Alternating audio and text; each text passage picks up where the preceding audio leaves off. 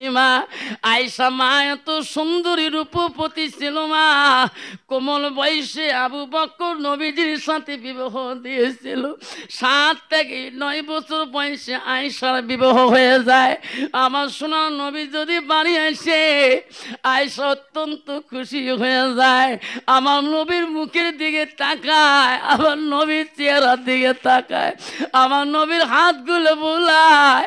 নবী বলে, আয়েশা রে, আমি বাড়ি আসলে তুমি আমার দিকে কেন তাকাও, আমার মুখের দিকে কেন তাকাও? ওগো নবী, আপনার চেহারাটা দেখলে গো আমার আয়েশার কলিজা ঠান্ডা হয়ে যায়। যেরকম সুবহানাল্লাহ কন্ত বাবা। বর্তমান যুগের নারী স্বামী বাড়ি আসলে স্বামীর চেহারা দেখলে কলিজা ঠান্ডা হয়। এমন নারী আছে বাপ, স্বামী বাড়ি আসলে একদল নারী আছে বাবা মাগুর মাছের মতো গুদগুদায়। আছে না নাই? তোমার জায়গার নাই বা আমার আছে বাবা রে। বেচা টিসে নাকছে পানি যাবার সাহস পায় না, আর মগমগির ঠিক না ঠিক? বেচা খাইলে গরম পানি, ঠান্ডা দিন বউয়ের আহাত দেখি কয় ঠান্ডা পানি দে, ঠিক না ঠিক? আমা বোনেরা আপনার শরীরা নবীজির একজন গুণবতী নারী ওই আয়েশাই ছিল।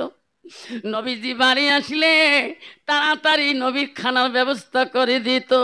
আয়েশার একটা গুণ ছিল মা, কিতাব খুলে দেখবেন নবীজি না খাওয়া পর্যন্ত আয়েশা আগে মুখে খানা তো কষ্ট পাইত। নবীজি না ঘুমাইলে আয়েশা আগে ঘুমাইতো না। বর্তমান যুগের নারী রে বাপ, স্বামী নাই খাইতে 3 বেলা হয়ে গেছে বাবা। মনে রাখেন বাপ, খবরদার বাপ, ও মা বোনেরা, হযরতে আয়েশার মতন জীবন মানে নাও।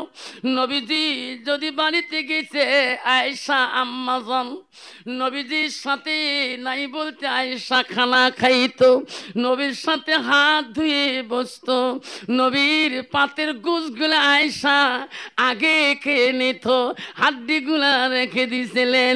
আমার সোনার নবীরে আয়েশার কামরা হাড্ডি গুলা রাসূলুল্লাহ চুষি চুষি খাইত। আয়েশা যে মশকে গেলাসে পানি পান করতো, আমার সোনার নবীজি সেই দিকে লক্ষ্য করত। আয়েশা কোন দিকে পানি পান করলেন আমার সোনার নবীজি সেই দিকে ঠোঁট লাগাইতো। আয়েশা বলছো, গো নবী, আমি গোছ খাইলাম, হাড্ডিগুলা রাখলাম, আমার কামরা হাড্ডিগুলো আপনি কেন চুষি চুষি খান? আপনি বিশ্ব নবী গো, ওগো নবী, আমি যে দিকে পানি খাইলাম আপনি ওই দিকে কেন পানি খান?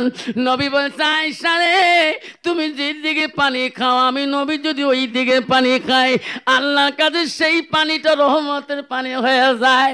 তুমি গোছ খেয়েছো, আমি হাড্ডি খেয়েছি, তোমার হাড্ডিগুলো আমি নবী চুষি খেলে আল্লাহর কাছে রহমতের হাড্ডি হয়ে যায়। আয়েশা, দুনিয়ার বুকে আমার উম্মত উম্মতিরা স্বামী স্ত্রী আমার মতন করে খাইবে, আমি রাসূলুল্লাহ খুশি হয়ে যাবো। সুবহানাল্লাহ কন্ত বাবা। বর্তমান যুগের নারী কন্ত বাপ স্বামীর আইটে বস্তু খায়, ছাড়া বস্তু খায়। বউ আফসা মালা দেখতো, বউ কি আগুন লাগাইছে, সব কথা খুলি করছে দেখতো। স্বামীর বলে ছাড়া খাওয়া খায় বউ, জি বিড়ি খায় বউ, জি খনি খায়, চেরা চেরা মুখ গুন্দায়। তুই খাইস নি? আমি খাইছন কালকে যে কথা শুনি, কয় খাং না, এলাও না খা মেলা মানুষের সাথে। কার সাথে খাস? আমার বড় ভাইজি আছে না, বড় দিলে ভাই বগা পুলিশ, মাঝে মাঝে ফ্রিজের টানে মোক বুয়ো করি দেখায়, সরতে বুয়ো কয় ভাইজি আসলে মোক শাড়ি ভাত হাত ধুই টানি খোয়ায়। যেরকম ঠিক না ভাই ঠিক? মা শুনে না, তোর স্বামী ব্যতীত একটা বেগুনা পুরুষের সাথে খানা খোয়া মানে ওই দিনকে খানাটা তোর জন্যে খাস হারাম, খাস হারাম, খাস হারাম। খানা খাবার মন চলে, স্বামীর সাথে একটা লোকমা খানা খা, শ্বশুর বাড়ির খা, বাপের বাড়ির খা, কোনো গুনাহ হবে না। তোমার শ্বশুর দেখলে খুশি হবে, তোর মা দেখলে খুশি হবে। আল্লাহ, আমার জামাই এখন আমার বেটিকে আল্লাহ এত আদর করে, আল্লাহ আমি মরা একদম পর্যন্ত আমার জামাই বেটি এই আদর দেখুন দেখতে পারি। যেরকম সুবহানাল্লাহ। মা বলে না, এক যুবক, একদল মেয়েদের দোষ নাই, একদল যুবক আছে এমন, বিবি যদি কালা হয়, খাটো হয়, বাউনা হয়, ওই বিবির সাথে নো কানেকশন, ভালোবাসা দেয় না। মামা শ্বশুরের বেডি, চাচা শ্বশুরের বেডি, মামা পুষ্প শ্বশুরের বেডির সাথে দই চিড়ের মাখামাখি। যেরকম ঠিক না ঠিক? খবরদার, খাবার মন চলে বউয়ের সাথে খাবা, কোনো শালির সাথে খানা খাবা না। এক লোকমা খানা খাবা, কোনো মেয়েদের সাথে উপযুক্ত না মেয়ের সাথে খানা খাবা। ওই দিনকে লোকমা খানাটা তোর জন্য খাস হারাম, পুষ্কর মুক্তি সাহেবকে হয় কিনা। খানা খাবার মন চলে শ্বশুর বাড়ির বউয়ের সাথে খা, শ্বশুরই খুশি হবে, শালা খুশি হবে, সামন দিয়ে খুশি হবে, জ্যাঠানি খুশি হবে, বংশ সবাই খুশি হবে। যেরকম ঠিক না ঠিক? মা বলেন আম্মারা, মা তুমি কেন বুঝলি না? মা বিশ্ব নবী রাসূলুল্লাহ বাড়িতে আসছেন। মা গো, সব বিবিরা কাজে কাজে খুব ব্যস্তর মধ্যে আমার নবীজি বড় খুশি হয়ে গেলেন। আমার নবীজি বাবা বলছিলেন, মা আয়েশা সিদ্দিকার জীবনে 7 জন সতীন নিয়ে আয়েশা জীবন কাটাইলেন। কোনোদিন 7 সতীনের মধ্যে কেসাল হয় নাই। আয়েশাকে সব মেয়েরা সম্মান দিয়ে চলছেন। কন্ত বাবা বর্তমান যুগে এক বাড়িতে 2 বউর বউ থাকতে পায় না। ইয়াজ্ঞান সামনে আগ্নে, ইয়াজ্ঞান সামনে আগ্নে, মাঝখান যাহন বুড়িও কে হারে এদি সামটা মাঝখানকে। বড় বউ MA পাস, অল্প সামটিছে। ছোট বউ BA পাস, অর্ধেক সামটিছে। মাঝখান এটা মোড়ে ছড়া খাইবে, উপায় নাই। যেরকম ঠিক না ঠিক? কি যুগ আসিল বাবা রে!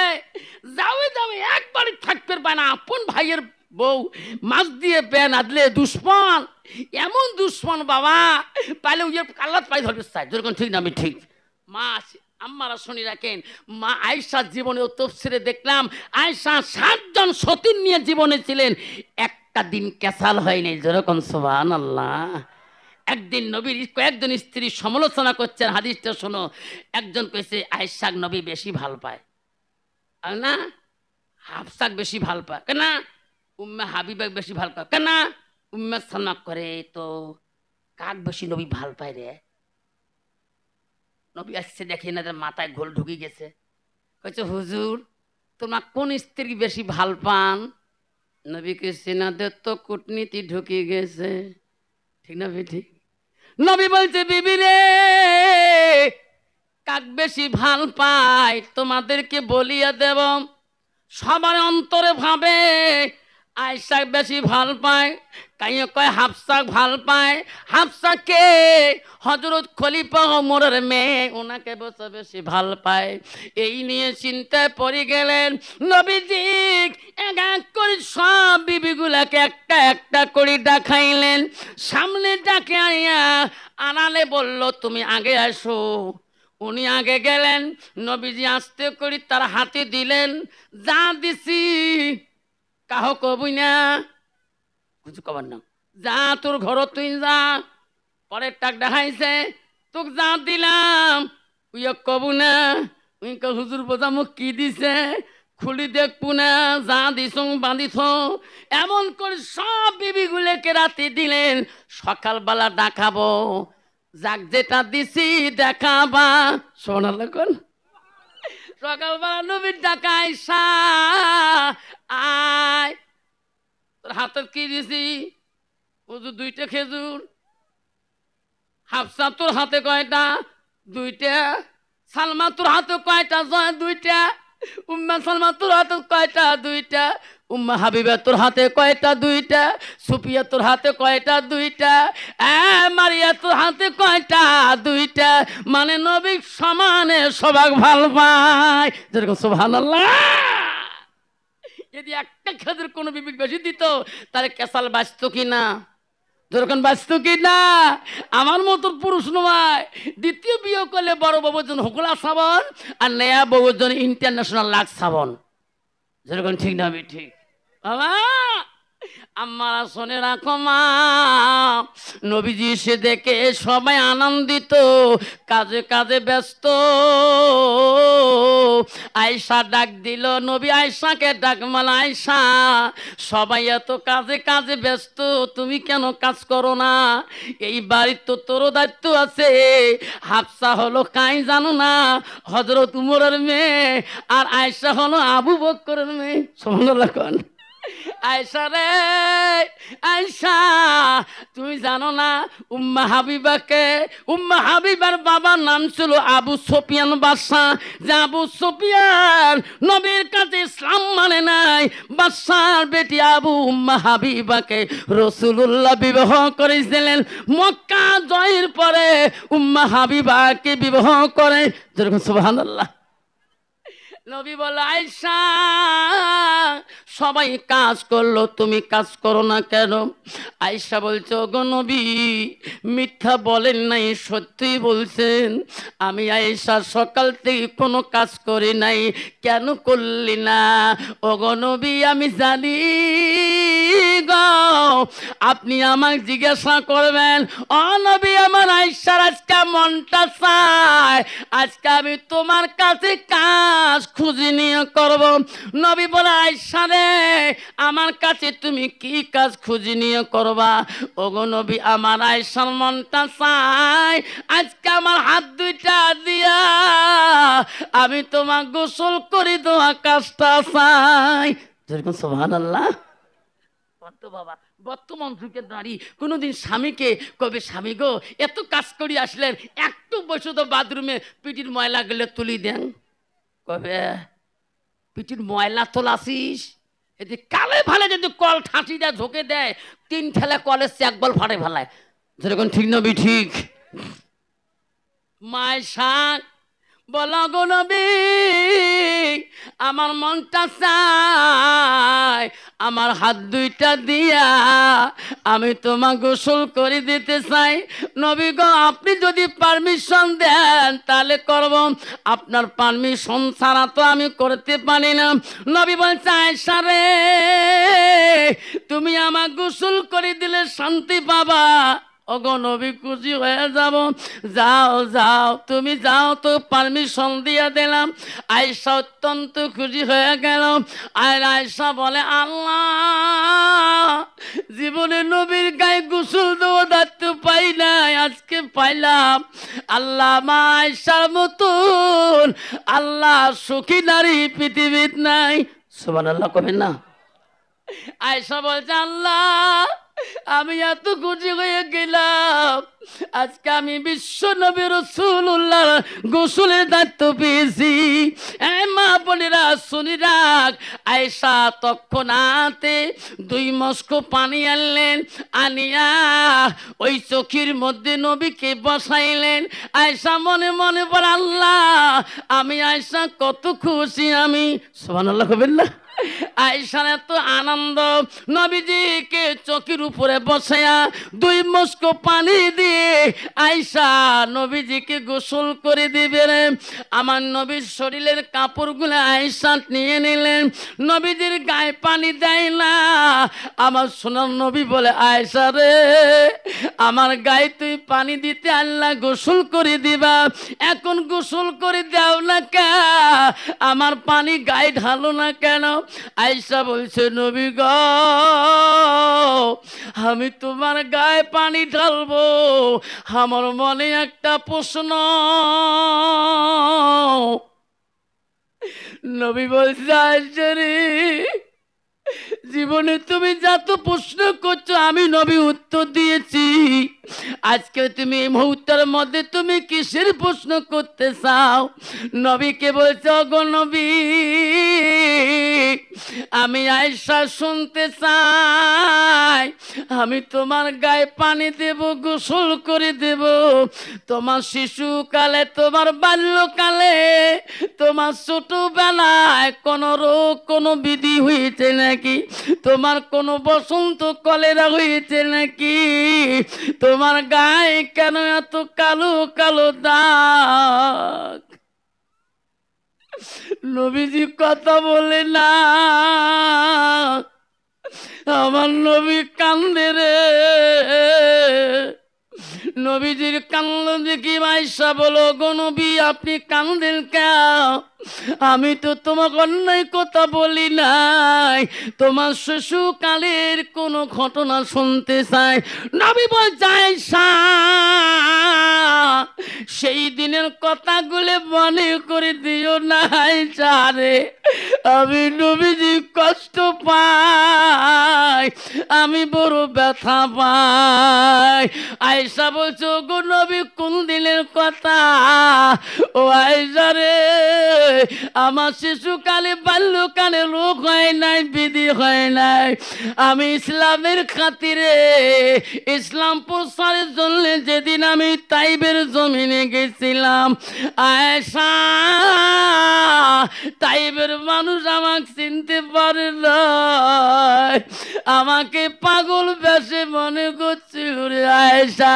তাইবের মানুষ আমাক পাথর মারি মারি আমার সর্বাঙ্গটা কালো করে দিয়েছে আয়েশা। আয়েশা রে, সেই দিনের কথা যদি মনে করে দাও, আমি নবীজি সহ্য করতে পারি না আয়েশা। তাইবের জমিনে আমি ওই দিন দাঁড়াতে পারি নাই, আমার শরীরে রক্ত দিয়ে আমার শরীরের বস্ত্রগুলা রঙিন হয়ে গেছে রে আয়েশা। আয়েশা, তাইবের জমিনে তাইববাসীরা আমাকে এত জোরে পাথর মারছিল, আমার গায়ে রক্ত দিয়ে আয়েশা আমার পায়ের জুতে পর্যন্ত কলকল শব্দ হয়েছে। আসলে সেই দিনের কথা যদি মনে করে দাও, আমি নবীজি সহ্য করতে পারি না। মাইশা বলছো, গো নবী আপনাকে আল্লাহ সাহায্য করলো না? নবী বলছে আয়েশা রে, তৎক্ষণাতে জিবরাইল আসছিল, ইয়া রাসূলুল্লাহ হাবিবুল্লাহ কাঁদবেন না, আমি আল্লাহর তরফ থেকে জিবরাইল আসলাম, এই তাইবের জমিনে আপনার কাছে আসলাম, আপনি জবান দিয়ে যা বলবেন গো নবী, আমি জিবরাইল তাই করে যাব তাইবের জমিন।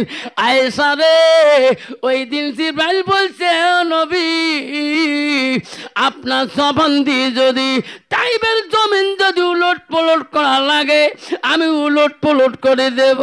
আয়েশা, আমি সেদিন জিবরাইলকে আমি ফেরত দিয়ে দিয়েছিলাম, আমি বলছি জিবরাইল রে, আমি নবী তাইবের মানুষকে অভিশাপ দিতে পারি না, জিবরাইল তুমি ফেরত চলে যাও, আমি নবী একদিন দুনিয়া থেকে চলে যাব, আমি মারা যাব রে জিবরাইল, দুনিয়াতে এই তাইবের বংশ থেকে একদিন আমার নবী করিবানি। এখনো তাইবের মানুষ হাজিরা হজ করতে গেলে তাইবের কথা তুললে রে তাইববাসীরা পাগলা হয়ে যায়। আমার ভাইসা বলছে, আমি হজে গেলাম, এক তাইববাসীর সাথে দেখা হলো, আমার ভাইসা বড় জুম্মাদার, যেই বলছিলাম লোকটা মনে হয় ইসলাম মাসের মতন করি কান্দে ঝাঁপায়, জানে রে সোনার নবী তাইবের জমিনে এত কষ্ট করেছে, সেই নবী আমাদেরকে সুপারিশ করবে কিনা। সেইখানে বন্ধুগণ শরীর রাখো বাপ, সেই নবীর কাছে আব্দুল ইবনে মাসউদ প্রশ্ন করলো, কুলতু সুম্মায়, নবী গ নামাজের ত্যাগে আরো কোনো আমল আছে নাকি? নবী বলল আছে। কি? কালা বিদ্যুল ওয়ালিদাইনা, মা বাবার সঙ্গে সৎ ব্যবহার করা আল্লাহর কাছে সবচাইতে বড় আমল। সে হাদিস। নবীকে প্রশ্ন করল আব্দুল ইবনে মাসউদ, কুলতু সুম্মায়ু, নবী গো আল্লাহর কাছে আরো কোনো আমল বড় আছে নাকি? নবী বলল কালা বিদ্যুল ওয়ালিদাইনা, মা বাবার সঙ্গে সৎ ব্যবহার করাটা আল্লাহর কাছে সবচাইতে বড় আমল। জোরে কোন সুবহানাল্লাহ। কন্ত বাবা, বর্তমান ডিজিটাল যুগে, এই যুগে জামানায় 90% যুবক আছে বিবির অধীনে চলতে চলতে মা বাবাকে হারে ফেলেছে। জোরে কোন ঠিক না ঠিক? আমি কয়দিন পরে আসাম্মরে স্কুল থেকে আসাম্মর মসজিদে নামাজ পড়বো, এমন সময় একটা বৃদ্ধ মহিলা আমার কাছে হাত পাতা। আমি কই চাষিমা একটা হাতও দেবো, তোমার একটা কথা শুনতে চাই, তোমার বাড়িতে করে মা? কয় বাবা এই এই পুলিশ পয়েন্টের পরে বাড়ি আমার। চাষিমা তোমার ছেলে নাই? বেশি কান্না শুরু করলো। কয় বাবা 3টে বেটা আল্লাহ দিছে, 3জনে 3টে ব্যবসা করে। তো চাষার বৃত্তান্ত জ্বর কাল থেকে একটা পয়সা নেই বা ট্যাবলেট কিনি ফার্মাসিতে। আমি তখন বলবো আল্লাহ এইরকম বেটা পৃথিবীতে জন্ম না দিয়ে মা যদি একটা কুত্তে পুষিলা তাও শান্তি পেত। যেরকম ঠিক না ঠিক?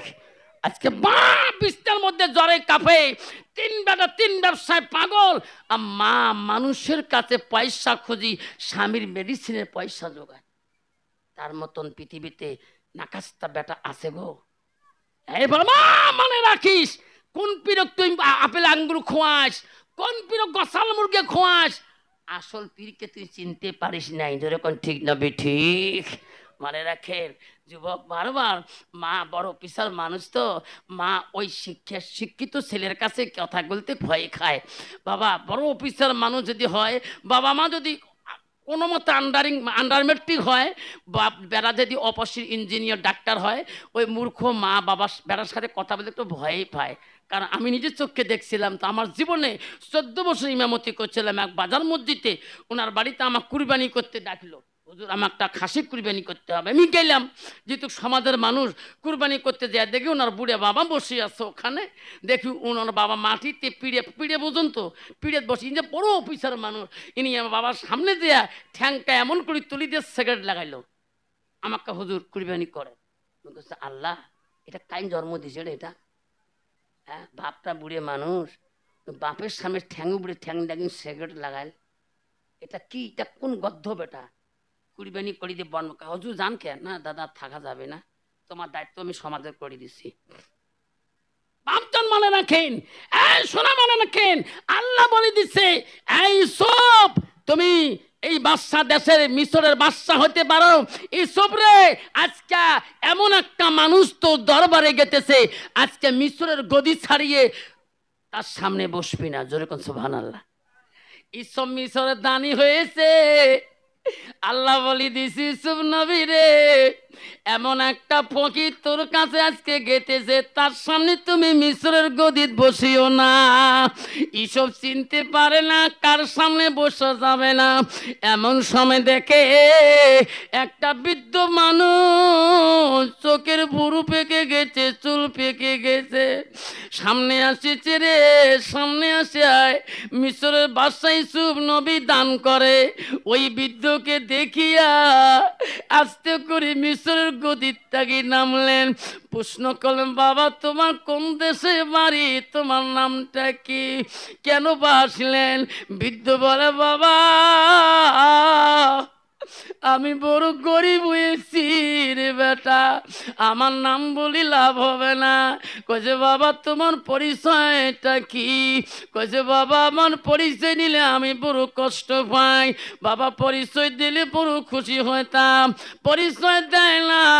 কইছে বাবা আমি এককালে বিশাল ধনী ছিলাম, বিশাল আমি মালদার ছিলাম।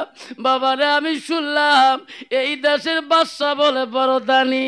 বাবা এই দেশের বাদশার নামে আমার একটা বেটা ছিল ইউসুফ নাম। আমি 12 বছর বয়সে ইউসুফটাকে হারাইছিলাম। আমার বেটারা বলছিল জঙ্গলের বলে বাঘে খেয়েছিল। ইউসুফ জোয়ার থাকি বাবা আমার